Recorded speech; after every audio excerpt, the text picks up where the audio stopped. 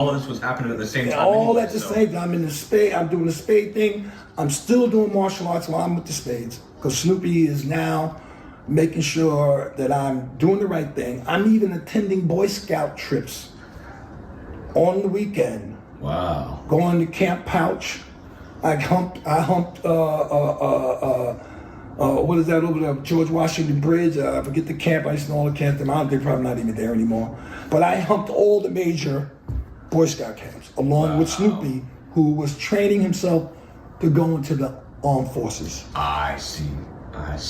And at one point, he got up and he left. He was one of the first Marines to enter the Vietnam War at 16. He was one of those 16-year-olds. He signed himself. He lied and got himself into them. So he was in the Marines. And when he left, that devastated me too, because he kind of was my leader. So now the Black Spades really engulfed me. Absolutely.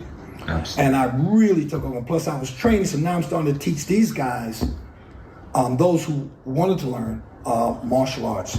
And I'm doing a little boxing. And my buddies are doing martial arts. Now those buddies are Blackie, David Brockington, and the crew who becomes the Spades who we're going to get to. That becomes a whole different thing. Absolutely.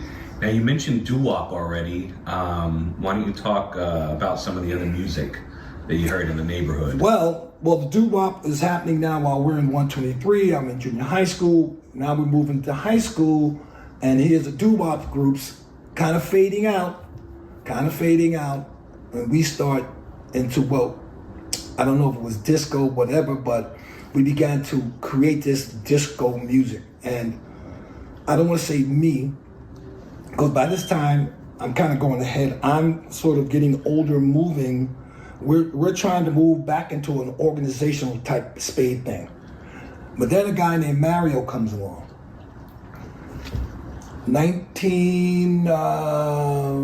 75, I was 6, I think maybe 77. Mario comes to visit one of the first division original spades. His name is Desi.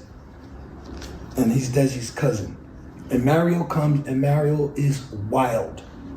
And he's perfect for us, because we're wild too, but he's even wilder. And this is 67? Yes, I think it's 67. I have to go back and look at my years to get those right, guys. So maybe on the Somewhere next in the session. late 60s. Huh? Yeah, and Mario comes, and now he and I have actually stabbed me. I still got stabbed one on my back from Mario because he was really wild. I had to calm him down, and he defied me one day in front of the crew, and I had to grab him when he pulled a knife from me, stabbed me. I still whipped his ass and took his knife from him, and he went to Carolina for a while, but he came back.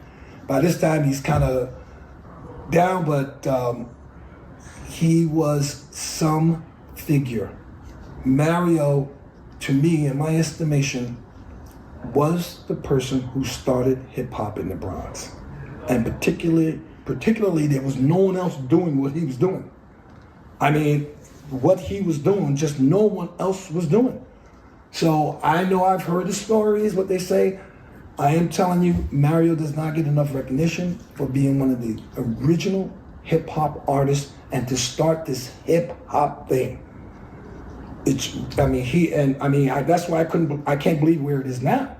I mean, but he was definitely one of the persons who should be down as, if not the progenitor, the originators of part of that crew, Mario. Do you recall the types of music and albums that he played and where he played them at? If you recall?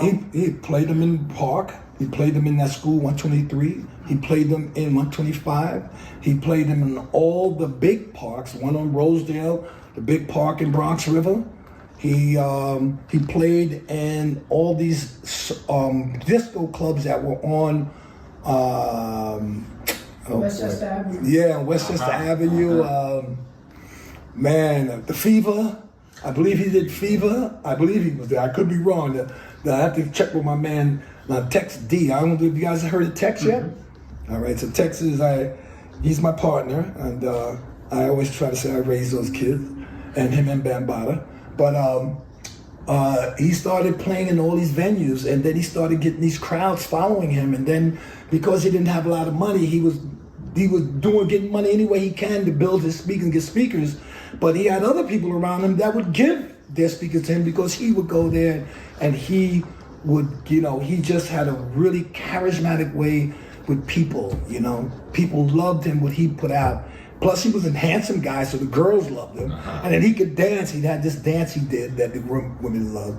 But he was really something.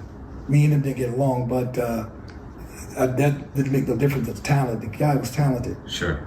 He was courageous, just brave beyond, he should have been a zillionaire somewhere, but unfortunately, drugs took him to, as it did most of us. Do you recall any of the early dances that surrounded any of the Mario events? Yeah, I used to about 5 years ago, I could do it for you because I try to stay in shape, but I can't. But it was one, we had the dance where they were spinning. Right. So we'd jump down on the floor, we'd spin, and then we'd pop back up. After about 3 or 4 years, that thing went, people started spinning on their heads and spinning on their backs. And it became such an art. Okay. And it'd be cool for you to talk about those dances and what, when you're spinning, were they spinning like a top on their feet, on their back? On their backs, on their heads, not on their feet. The old timers, the James Brown guys. I'm the James Brown guy. Got it. I was spinning on my feet. Yeah. I could do all that type of stuff. But these guys took it to a new level. And their dances became on the floor. To the point where they would go to the supermarket and get cardboards and put them in the grass. And then they would practice their spinning moves on the grass and all their dance figurations. So, again, I'm moving out of that realm now. And the young guys, the young Spades, Bambaataa, Tex D, Soski, all those guys started coming and doing that stuff. Bambaataa and Tex D were my 2 young Spades presidents and vice presidents.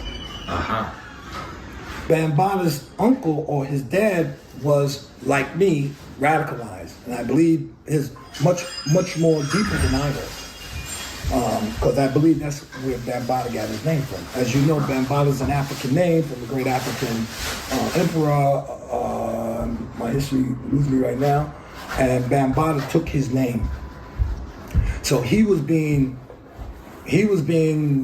racial, I don't say, but radicalized through his uncle, who taught him Black history, and so he had a heads up on many of us as it relates to Black history and those types of things. But Bambaataa was, as far as there's rumors and stuff about Bambaataa, as far as I know, and I still know because he reached out for me some time ago. He cut his bones in hip hop and took it, ran with it. What Mario didn't finish, Bambaataa did. They were like this at one point. Absolutely. Now,